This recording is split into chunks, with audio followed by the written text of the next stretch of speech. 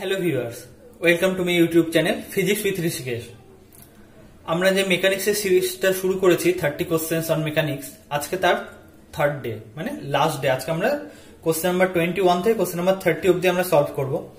আশা করছি তোমরা part 1 part 2 solve করে পার্ট 3 তে এসেছো। তো যারা এই ভিডিওটা ফার্স্ট দেখছো মানে পার্ট 3টা ফার্স্ট দেখছো, আমি আমার এই ভিডিও ডেসক্রিপশন বক্সে লিংক দিয়ে দেবো। তোমরা আগে পার্ট 1 পার্ট 2 সলভ করো, দেন পার্ট 3 তে এসো, তোমাদেরই তাতে সুবিধা হবে।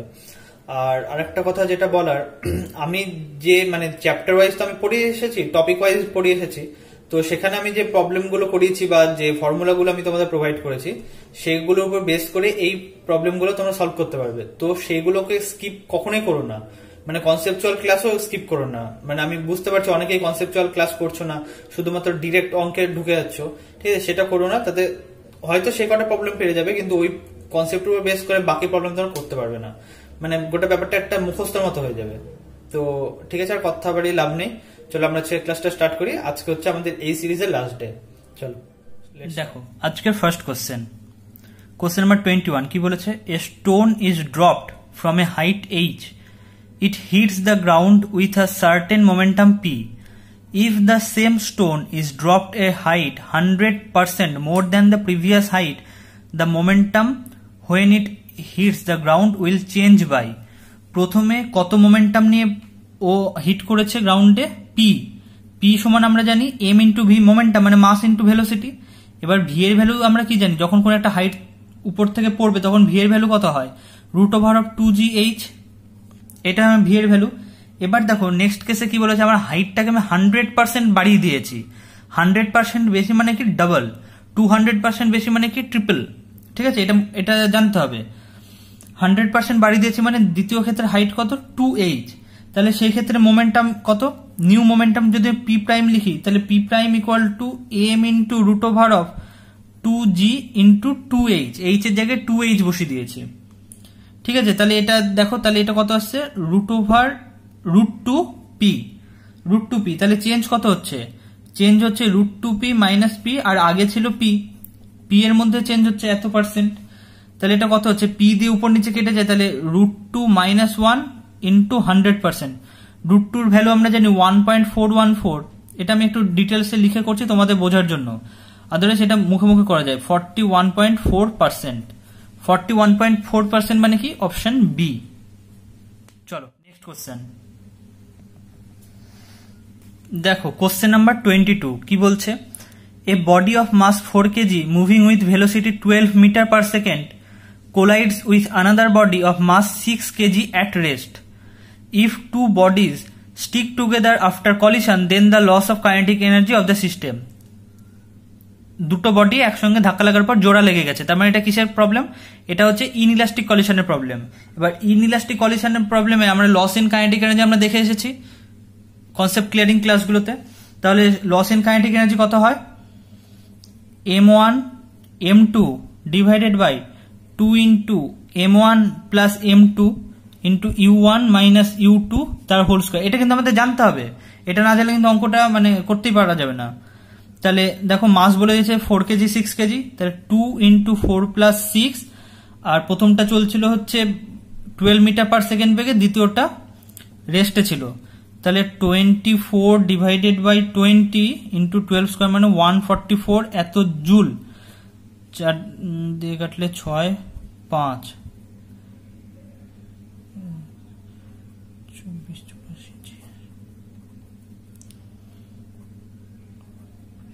172.8 জুল, মানে এটা হচ্ছে অপশন সি। বুঝে গেছে তো? এই লাইনটা আমাকে জানতে হবে, ফর্মুলাটা আমাকে জানতে হবে, আদারওয়াইজ আমি অঙ্কটা করতেই পারবো না। চলো নেক্সট কোশ্চেন, আজকের third question. The frequency of vibration of a string is given by nu equal to p by twice l √f/m। এখানে পি কি? পি হচ্ছে number of segments in the string, কটা সেগমেন্টের স্ট্রিংটা কাঁপছে, আর এল হচ্ছে লেন্থ। তাহলে বলেছে the dimensional formula of m is, দেখো আমাকে কি গিভেন করেছে, আমি লিখতে পারি given nu equal to p by twice l f/m whole to the power half. এবার বোথ সাইডে স্কোয়ার করে দাও, কারণ আমাকে m এর ডাইমেনশন বার করতে হবে। তাহলে বোথ সাইডে স্কোয়ার করে দাও, তাহলে p square by 4l square f by m। এবার এখান থেকে আমি কি লিখতে পারি, m সমান m varies as f by l square nu square. বাকিটা তো কনস্ট্যান্ট বা বাকিটা আমার ডাইমেনশনলেস, 4 এর ডাইমেনশন নেই, p হচ্ছে নাম্বারের কোনো ডাইমেনশন নেই, তাহলে m এর ডাইমেনশন কি হবে, ফোর্স এর ডাইমেনশন ইন্টু লেন্থ স্কোয়ারের ডাইমেনশন। তাহলে ফোর্স এর ডাইমেনশন আমরা কি জানি, m l t two the power -2, length square মানে l স্কোয়ার, আর নিউটা কি, নিউটা হচ্ছে আমার ফ্রিকোয়েন্সি, নিউ সমান আমরা জানি 1/t মানে 1 টাইম পিরিয়ড, তাহলে নিউ এর ডাইমেনশন কি হবে, t ইনভার্স মানে t টু দি পাওয়ার -2। এটা করলে কত আসছে, m l ইনভার্স t0 মানে হচ্ছে অপশন সি। বোঝা গেছে তো? Question number 24. A bullet emerges from a barrel of length 1.2 meter with a speed of 640 meter per second. Assuming constant acceleration, the approximate time that it spends in the barrel after the gun is fired is. Option কি কি আছে, 4 nanosecond, 40 nanosecond, 400 microsecond, 1 second. দেখো এখানে ব্যারেলের length কত বলে দিয়েছে, s equal to 1.2 metre, মানে এই 1.2 মিটারটাকে ওভারকাম করতে হয়েছে আমার বুলেটটাকে। ইনিশিয়াল ভেলোসিটি, ও তো ইনিশিয়ালি রেস্টে ছিল, তাহলে ইনিশিয়াল ভেলোসিটি 0 হবে, ফাইনাল ভেলোসিটি কত হবে, 640 মিটার পার সেকেন্ড। এবার দেখো কাইনেমেটিক্স এর ল থেকে আমরা কি জানি, v square equal to u square plus 2fs। Just value put করো, আমি অ্যাক্সিলারেশনের ভ্যালু পেয়ে যাবো। 640 তার whole square equal to 0 plus 2 into f into 1.2। তাহলে এখান থেকে f এর ভ্যালু কত বেরোচ্ছে, 640 তার হোল স্কোয়ার ডিভাইডেড বাই 2.4। এই অবস্থা আমি রেখে দিলাম। আচ্ছা, কাইনেমেটিক্সে আরেকটা সূত্র আমরা জানি, v equal to you plus F t. এখানে তো আমি অ্যাক্সিলারেশনটা পেয়ে গেলাম, এবার আমাকে টাইমটা বার করতে বলেছে। টাইম বার করার জন্য আমাকে কি ফর্মুলা আছে আমার হাতে, V equal to you plus F T. এবার এই ইউটা আমার আবার 0, তাহলে V equal to 640 equal to F এর ভ্যালু দেখো 640 whole square divided by 2.4 into T. তাহলে একটা 640 কেটে যাবে, তাহলে টি সমান কত হচ্ছে, 2.4 ডিভাইডেড বাই 640। পয়েন্টটাকে তুলে দাও, 6 160 380 মানে 3/800, মানে এটা হচ্ছে 3/8 ইন্টু 10 টু দি পাওয়ার -2, 3/8 মানে হচ্ছে 0.375 ইন্টু 10 টু দি পাওয়ার -2 মানে 3.75 ইন্টু 10 টু দি পাওয়ার -3। এবার এটা তাহলে হচ্ছে আমার মিলিতে চলে যাচ্ছে, তাহলে অলমোস্ট 4 মিলি সেকেন্ড।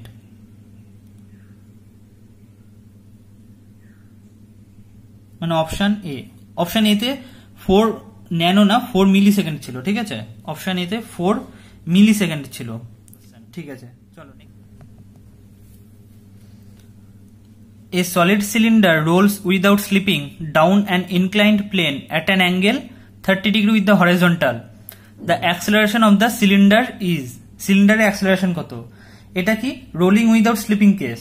তাহলে কোন একটা ইনক্লাইন্ড প্লেনের উপর দিয়ে কোন একটা বডি যখন রোল ডাউন উইদাউট স্লিপিং হয় তখন তার অ্যাক্সেলারেশন কত হয়, এ দিয়ে এটাকে ডিনোট করা, A equal to G sine theta divided by 1 plus K square by R square. এটা প্রুফ করা যায়, A equal to G sine theta divided by 1 plus K square by R square. এবার দেখো এখানে আমার বডিটা কি একটা সলিড সিলিন্ডার, তাই তো।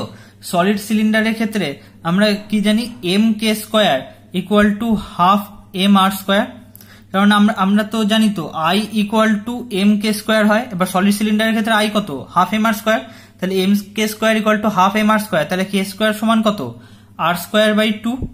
এবার এইটাকে নিয়ে গিয়ে এই 1 নম্বর ইকুয়েশনে পুট করো, তাহলে এ সমান কত বেরোবে, জি সাইন, দেখো থিটার ভ্যালু বলেছে 30 degree divided by 1 plus r square by 2 r square, তাহলে সাইন 30 মানে হচ্ছে হাফ, 1 প্লাস হাফ, আর এটা হচ্ছে আমার জি বাই 3 মানে হচ্ছে অপশন বি। এটা হচ্ছে সলিড সিলিন্ডার, এটা হচ্ছে কোনো বডির ক্ষেত্রে যখন রোলিং উইদাউট স্লিপিং কেস হয় ডাউন অ্যান ইনক্লাইন প্লেন, তার অ্যাক্সিলারেশন। অ্যাক্সেলারেশন পেয়ে গেলাম। এবার সলিড সিলিন্ডারের ক্ষেত্রে আমরা জানি আই এর value half M R square, তাহলে M K square equal to half M R square, K স্কোয়ারের ভ্যালু পেয়ে গেলাম, জাস্ট ভ্যালু পুট করলাম, অ্যান্সার পেয়ে গেলাম জি বাই। দেখো তিনখানা সার্কেল রিং আছে, তিনখানারই মাস এম রেডিয়াস আর, বলেছে ওয়াই ওয়াই প্রাইম এই অ্যাক্সিস সাপেক্ষে গোটা সিস্টেমের মোমেন্ট অফ ইনার্শিয়া কত হবে। দেখো এই সার্কেলটা নিয়ে যখন আমি ডিল করছি, এটা আমার অ্যাক্সিসটা কি বরাবর না ডায়ামিটার বরাবর, তাহলে টোটাল মোমেন্ট অফ ইনার্শিয়া যদি আমি I1 দিয়ে ডিনোট করি, এটা equal to I1 plus I2 plus I3 লিখতে পারি তিনটে রিং এর জন্য। এবার একটা হচ্ছে আমার ডায়ামিটার বরাবর, একটা রিং এর ডায়ামিটার বরাবর মোমেন্ট অফ ইনার্শিয়া কত হয় হাফ এম আর স্কোয়ার, আর বাকি দুটো কি ট্যানজেনশিয়াল বরাবর, মানে কি প্যারালাল অ্যাক্সিস থিওরেম কাজে লাগাতে হবে। প্যারালাল অ্যাক্সিস থিওরেম কি বলে, যদি ডায়ামিটার বরাবর হাফ এম আর স্কোয়ার হয় তাহলে প্যারালাল অ্যাক্সিস থিওরেম এরকম হবে, তাহলে 3/2 M R square, 3/2 M R square হচ্ছে বাকি দুটোর জন্য, তাহলে 3/2 এম আর স্কোয়ার একটার জন্য আর 3/2 এম আর স্কোয়ার আর একটার জন্য, তাহলে টোটাল করলে হবে 7/2 M R square, option D. দেখো বোঝা গেছে তো, একটার হচ্ছে আমার ডায়ামিটার বরাবর, আর আরেকটা কি, আর দুটোর হচ্ছে আমার ট্যানজেন্ট বরাবর। এবার ট্যানজেন্ট বরাবর হলে আমি প্যারালাল অ্যাক্সিস থিওরেম কাজে লাগাতে হবে, ডায়ামিটার বরাবর হলে হাফ এম আর স্কোয়ার হবে, আর যদি আমার ট্যানজেনশিয়াল বরাবর হয় তাহলে আরেকটা এম আর স্কোয়ার আমার অ্যাড হবে, এটা প্যারালাল অ্যাক্সিস থিওরেম তাই বলে, তাহলে টোটাল কত হবে 3/2 এম আর স্কোয়ার এক একটার জন্য। এবার তাহলে দুটোর জন্য 3 এম আর স্কোয়ার আর হাফ এম আর স্কোয়ার, মানে টোটাল 7/2 এম আর স্কোয়ার। চলো কোশ্চেন নাম্বার 27, খুব ইম্পর্টেন্ট একটা কোশ্চেন, দেখো IIT JEE তে এসেছিল। A light extensible string that goes over a smooth fixed pulley as shown in the figure connects two blocks of masses 0.36 kg and 0.72 kg taking g equal to 10 meter per second. Find the work done by the string on the block of mass 0.36 kg during the first second after the system from rest. এটা কিছুই না, খুবই easy অঙ্ক, কিন্তু কয়েকটা স্টেপে করতে হবে। দেখো নিউটনস ল অফ মোশন থেকে আমরা কি জানি, দুখানা মাস যদি দেওয়া থাকে এরকম একটা পুলি দিয়ে ঝোলানো, তাহলে তার টেনশন কত হয় 2 × m1 m2 divided by m1 plus m2 × g, এটা তার ফর্মুলা। এবার জাস্ট ভ্যালু পুট করো, 2 × 0.36 × 0.72 ডিভাইডেড বাই 0.36 প্লাস 0.72, সবকটাই গিভেন, দুটো মাসই গিভেন, ইন্টু জি এর ভ্যালু বলে দিয়েছে 10। এটা করে দেখো আসবে হচ্ছে 4.8 নিউটন, আমার এটা মানে করে দেখা আছে 4.8 নিউটন। আর অ্যাক্সেলারেশন অফ দ্য সিস্টেম কত হবে, অ্যাক্সেলারেশন অফ দ্য সিস্টেম হবে মাসের difference divided by total mass into G. মাসের ডিফারেন্স মানে কি 0.72 minus 0.36 divided by 0.72 plus 36 into G, মানে এটা হচ্ছে আমার g/3, মানে হচ্ছে আমার 10/3 এত মিটার পার সেকেন্ড স্কোয়ার। ঠিক আছে, এবার আমি ধরে নিলাম, দেখো আমার বলেছে ফার্স্ট সেকেন্ডে কতটা ওয়ার্ক ডান করবে। এবার ওয়ার্ক ডান মানে কি, ফোর্স ইন্টু ডিসপ্লেসমেন্ট, আগে আমি ডিসপ্লেসমেন্টটা বার করি। ফার্স্ট সেকেন্ডে ডিসপ্লেসমেন্ট কি হবে, s equal to ut plus half at square, initial velocity 0, মানে এই টার্মটা আমার 0 হয়ে যাবে, তাহলে কি হবে হাফ এর ভ্যালু কত 10/3 ইন্টু ফার্স্ট সেকেন্ড, মানে হচ্ছে 1 স্কোয়ার, মানে কি 5/3 এত মিটার।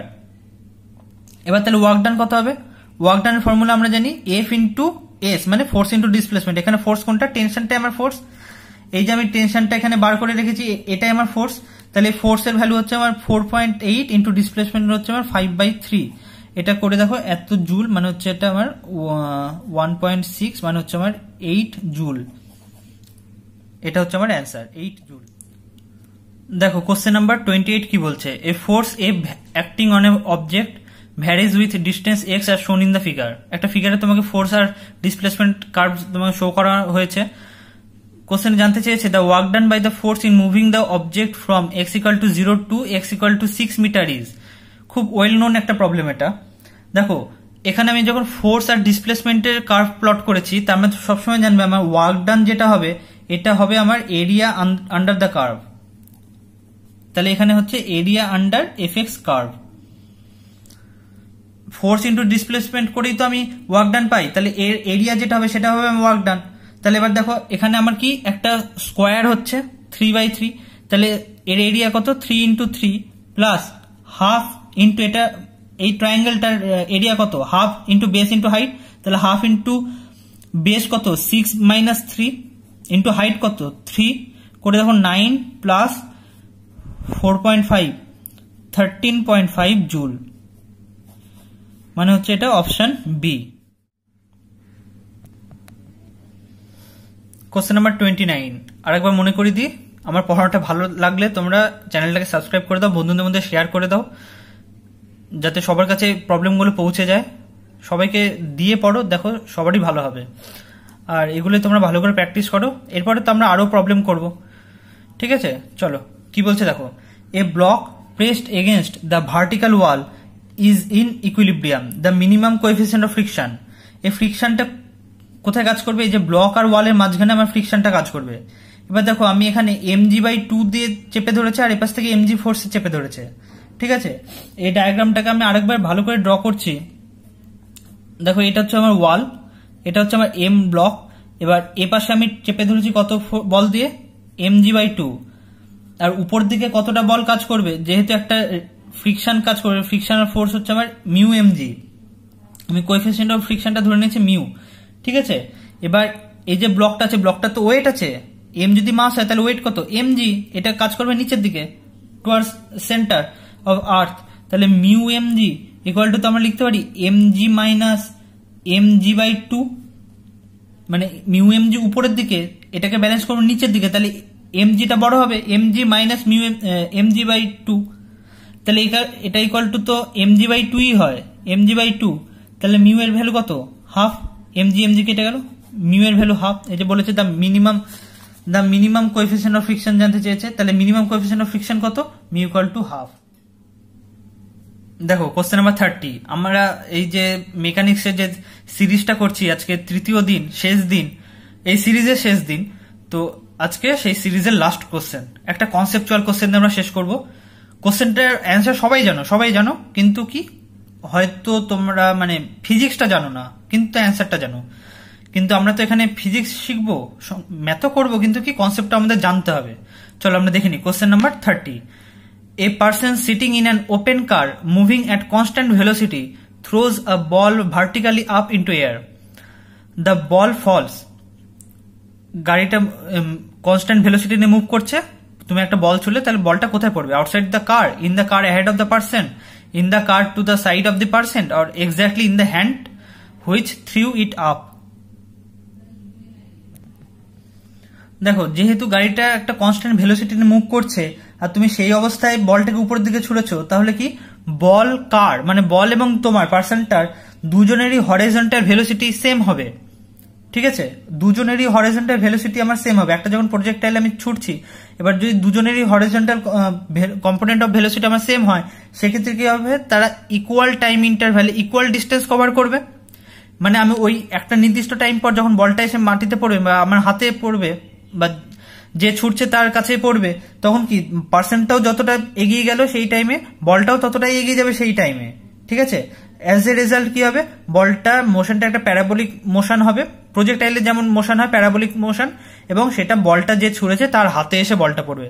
তার মানে কি অপশন ডি হচ্ছে আমার রাইট অ্যান্সার। বোঝা গেছে তো? বলটার এবং আমার পার্সনটার দুজনেরই হরিজন্টাল ভেলোসিটি আমার ইকুয়াল হবে। এবার যখন হরিজন্টাল ভেলোসিটি আমার ইকুয়াল হবে, দুজনেই সেম ইন্টারভ্যালে সেম ডিস্টেন্স কভার করবে, তাহলে বলটা একটা প্যারাবোলিক পথে এসে আবার পুনরায় আমার হাতে পড়বে বা পার্সনটার হাতে পড়বে। ঠিক আছে, চলো আজকে অবধি থাক। চ্যানেলটা সাবস্ক্রাইব করে দাও, বন্ধুদের শেয়ার করে দাও। চলো সবাই মিলে অঙ্ক করি।